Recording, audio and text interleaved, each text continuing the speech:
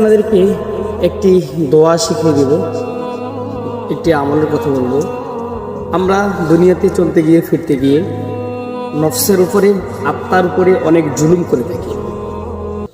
নফসের উপরে জুলুম বলতে অনেক পাপ করি, অনেক পাপাচারে লিপ্ত থাকি। এই অন্তর বা এই নফসের জুলুম থেকে বাঁচার জন্য আল্লাহ পাক রব্বুল আলামিন কোরআন মাজিদে একটি দোয়া আপনাকে আমাকে শিখিয়ে দিয়েছেন।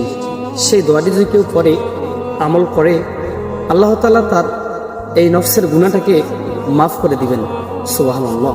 সেই দোয়াটি হচ্ছে, রব্বি ইন্নি যালামতু নাফসি ফাগফিরলি। রব্বি ইন্নি যালামতু নাফসি ফাগফিরলি।